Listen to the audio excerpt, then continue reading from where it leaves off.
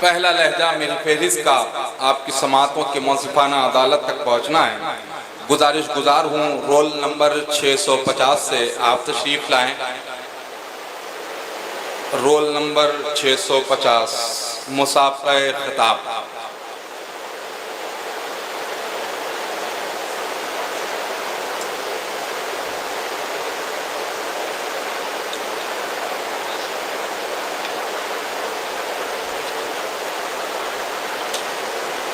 Stage پر بیٹھے ہوئے علماء کرام و دیگر سامعین حضرات، السلام علیکم ورحمۃ اللہ وبرکاتہ۔ حامدا ومصلیا ومسلما اما بعد فاعوذ باللہ من الشیطان الرجیم بسم اللہ الرحمن الرحیم وانزل اللہ علیک الکتاب والحکمہ صدق اللہ العظیم۔ بارگاہ رسالت مآب صلی اللہ علیہ وسلم میں درود و سلام کا نذرانہ عقیدت پیش کریں۔ صلی اللہ علیہ وسلم و سلام علیک یا رسول اللہ صلی اللہ علیہ وسلم۔ طب نبوی میں ہے ملتی ہر بیماری سے نجات، طب نبوی میں ہے ملتی ہر بیماری سے نجات، سائنسی تحقیق بھی اب مانتی ہے جس کی بات، اور ساری دنیا گھوم کر میری نظر آئی مگر، ساری دنیا گھوم کر میری نظر آئی مگر، مل نہیں پائی ہے مثل مصطفیٰ کی تعلیمات۔ حضرات، آج میری تقریر کا موضوع طب نبوی اور میڈیکل سائنس ہے۔ اللہ رب العزت ارشاد فرماتا ہے وَأَنزَلَ اللَّهُ عَلَيْكَ الْكِتَابَ وَالْحِكْمَةَ، یعنی ہم نے آپ صلی اللہ علیہ وسلم پر کتاب اور حکمت نازل فرمائی۔ مطلب یہ ہے کہ اللہ رب العزت نے آقا کریم صلی اللہ علیہ وسلم کو علم اور حکمت سکھا دی۔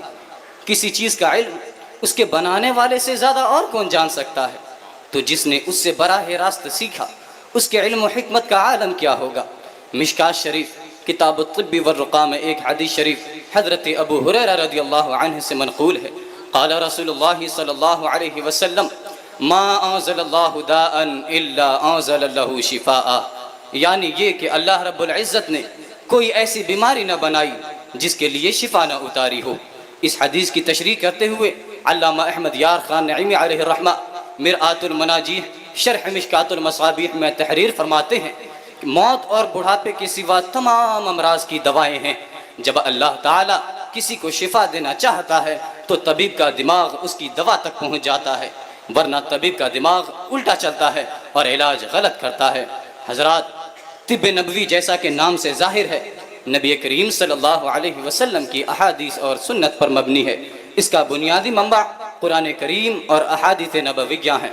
طب نبوی میں مختلف قدرتی اجزاء اور طریقے استعمال کیے جاتے ہیں جنہیں نبی کریم صلی اللہ علیہ وسلم نے مختلف مواقع پر تجویز فرمایا، مثلا شہد، انجیر اور کلونجی وغیرہ۔ وہیں دوسری جانب میڈیکل سائنس ہے جو سائنسی تحقیقات و تجربات پر مبنی ہے۔ اس میں بیماریوں کی تشخیص کے لیے جدید آلات اور ٹیکنالوجی استعمال کی جاتی ہیں، جیسے سی ٹی، ایم آر آئی اسکینز اور مختلف لیبارٹری ٹیسٹ، اور علاج کے لیے فارماسیوٹیکل دوائیں، سرجری اور دیگر جدید طریقے استعمال کیے جاتے ہیں۔ طب نبوی میں صحت کی روحانی اور جسمانی دونوں پہلوؤں کو مد نظر رکھا جاتا ہے۔ نماز اور روزے کو جسمانی اور روحانی صحت کے لیے انتہائی مفید قرار دیا گیا، جبکہ میڈیکل سائنس بیماری کو بنیادی طور پر جسمانی حالت سمجھتی ہے اور اس کا علاج بھی اسی بنیاد پر کرتی ہے۔ روحانی پہلو کو عام طور پر نظر انداز کر دیا جاتا ہے۔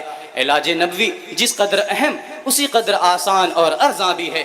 آج کل اگر کسی ایک بیماری سے چھٹکارا پانے کے لیے کوئی اینٹی بائیوٹک استعمال کرتے ہیں تو اس سے اس بیماری سے چھٹکارا پانا تو دور، بیسیوں اور بیماریاں جنم لے لیتی ہیں، اور یوں انسان بیماریوں کے جال میں اس مکھی کی طرح پھنس جاتا ہے جو مکڑے کے جال میں پھنسی اپنی زندگی کی آخری سانس لے رہی ہوتی ہے۔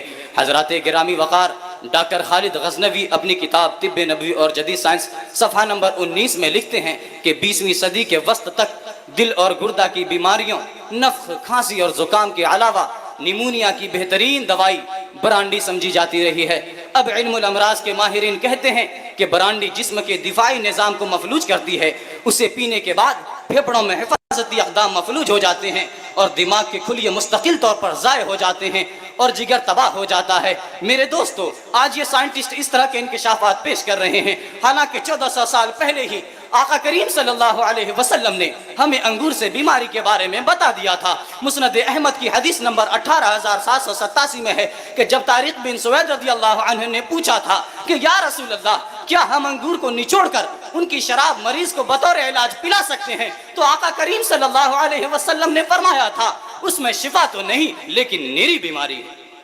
حضرات، آج شہد کی بات کریں تو یہ ایک ایسا قدرتی مادہ ہے جو تقریباً دنیا کے ہر کونے میں پایا جاتا ہے۔ اس کے بے شمار فوائد ہیں۔ شہد میں موجود اینٹی بیکٹیریل خصوصیات کی وجہ سے یہ زخموں کے علاج میں مؤثر ہے۔ اس کے علاوہ شہد میں موجود اینٹی آکسیڈنٹ خصوصیات جسم میں فری ریڈیکلز کو کم کرتی ہیں جو کہ مختلف بیماریوں کا سبب بنتے ہیں۔ قرآن شریف سورہ نحل آیت نمبر 69 میں کہا گیا، فیہ شفاء للناس، یعنی شہد میں لوگوں کے لیے شفا ہے۔ مشکات شریف کتاب الطب والرقاء میں حضرت ابو ہریرہ رضی اللہ عنہ سے ایک روایت منقول ہے، قال رسول اللہ صلی اللہ علیہ وسلم، ما انزل اللہ داء الا انزل له شفاء، یعنی یہ کہ اللہ رب العزت نے اللہ رب العزت نے کوئی ایسی بیماری نہ بنائی جس کے لیے شفا نہ اتاری ہو۔ پھر ایک اور حدیث حضرت ابو ہریرہ رضی اللہ عنہ سے روایت ہے، من لعق العسل 3 غدوات فی کل شہر لم یصبہ عظیم من البلاء، یعنی آقا کریم صلی اللہ علیہ وسلم نے فرمایا، جو شخص ہر ماہ 3 روز شہد چاٹتا ہے اسے کوئی بڑی بیماری لاحق نہیں ہوتی۔ اسی حوالے سے ایک اور حدیث سماعت کریں، حضرت ابو سعید خدری رضی اللہ عنہ سے روایت ہے کہ ایک آدمی نبی کریم صلی اللہ علیہ وسلم کی خدمت میں حاضر ہوا اور عرض کرنے لگا کہ میرے بھائی کو دست آ رہے ہیں۔ رسول اللہ صلی اللہ علیہ وسلم نے فرمایا، اسے شہد پلاؤ۔ وہ پھر آیا اور عرض کیا، میں نے اسے پلایا لیکن اس کے اسہال میں اضافہ ہوا۔ آپ صلی اللہ علیہ وسلم نے 3 مرتبہ اسے یہی فرمایا۔ وہ 4تھی مرتبہ آیا، آپ نے یہی فرمایا، اسے شہد پلاؤ۔ اس نے عرض کی، میں اسے پلا چکا ہوں لیکن اس کے مرض اسہال میں اضافہ ہی ہوا ہے۔ آپ صلی اللہ علیہ وسلم نے فرمایا، صدق اللہ وکذب بطن اخیک، یعنی اللہ کا فرمان سچا ہے جبکہ تیرے بھائی کے پیٹ کی غلطی ہے۔ راوی کہتے ہیں اس نے پھر پلایا تو وہ صحت یاب ہو گیا۔ اب آئیے ذرا میڈیکل سائنس کا بھی جائزہ لے لیں۔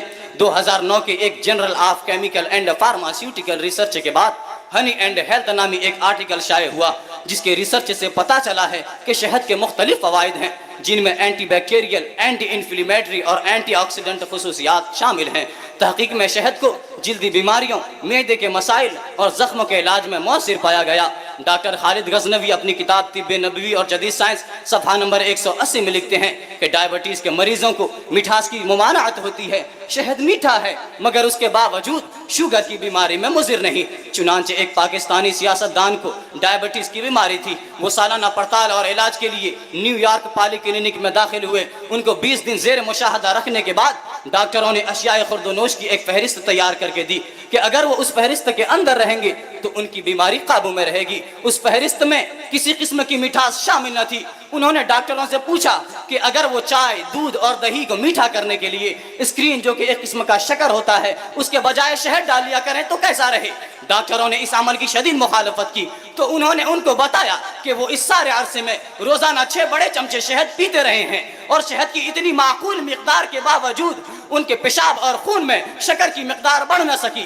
ڈاکٹروں کو بتایا گیا کہ قرآن نے شہد کو شفا بتایا ہے اور اس سے نقصان کا سوال ہی نہیں پیدا ہوتا۔ اسی لیے تو میں کہتا ہوں بھلا کس قسم کا اس میں کوئی شبہ نظر آئے، بھلا کس قسم کا اس میں کوئی شبہ نظر آئے کہ شافی جس کے ہونے پر ہو شاہد خود کلام اللہ۔ ماشاءاللہ ماشاءاللہ۔ حضرات محترم، طب نبوی میں سے ہی ایک مقبول اور مفید غذا انجیر بھی ہے۔ انجیر میں موجود وٹامنز اینڈ منرلز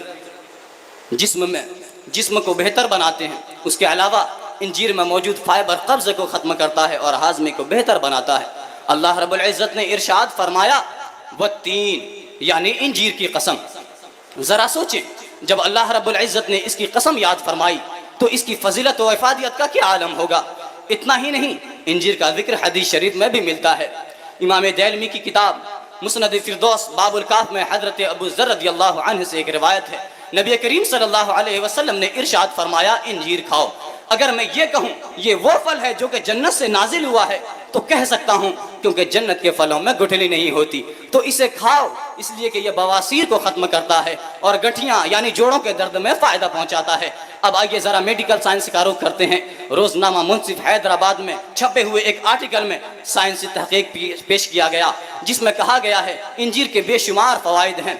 لمبی بیماری کے بعد صحت یابی کے دوران انجیر کھانا بہت مفید سمجھا جاتا ہے۔ یہ طبیعت کو نرم کرتا ہے اور بدن کو فربا کرتا ہے۔ اس کے خشک پھلوں میں 50% سے زائد شکر ہوتی ہے۔ اس کے علاوہ تھوڑی مقدار میں ایسیٹک ایسڈ، میلک ایسڈ اور سائٹرک ایسڈ بھی ان میں ملتے ہیں۔ ایک بہت اہم انزائم جس کا نام فسن ہے اس میں پایا جاتا ہے، اس لیے یہ معدے کے امراض میں فائدہ بخش اور گردوں کو صاف کرتا ہے۔ اسی کے متعلق ڈاکٹر خالد غزنوی اپنی کتاب طب نبوی اور جدید سائنس صفحہ نمبر 33 میں لکھتے ہیں کہ ایک عورت کو پتا کی پرانی سوزش تھی، ایکس رے پر متعدد پتھریاں پائی گئیں، بطور ڈاکٹر اسے آپریشن کا مشورہ دیا گیا، وہ درد سے مرنے کو تیار تھی لیکن آپریشن کی دہشت کو برداشت کرنے کو تیار نہ تھی۔ اس مجبوری کے لیے کچھ کرنا ضروری ٹھہرا، چونکہ نبی کریم صلی اللہ علیہ وسلم نے کلونجی کو ہر مرض کی شفا قرار دیا ہے، اس لیے کاسنی اور کلونجی کا مرکب کھانے اور صبح نہار منہ 6 دانے خشک انجیر کھانے کو کہا گیا۔ 2 ماہ کے اندر نہ صرف کہ پتھریاں نکل گئیں بلکہ سوزش جاتی رہی۔ علامات کے ختم ہونے کے 1 ماہ بعد کے ایکس رے سے پتا مکمل طور پر صحت مند پایا گیا۔ حضرات محترم، اس طرح انجیر نہ صرف طبی اور مذہبی طور پر اہمیت رکھتا ہے بلکہ سائنسی حوالوں سے بھی اس کی افادیت ثابت ہو چکی ہے۔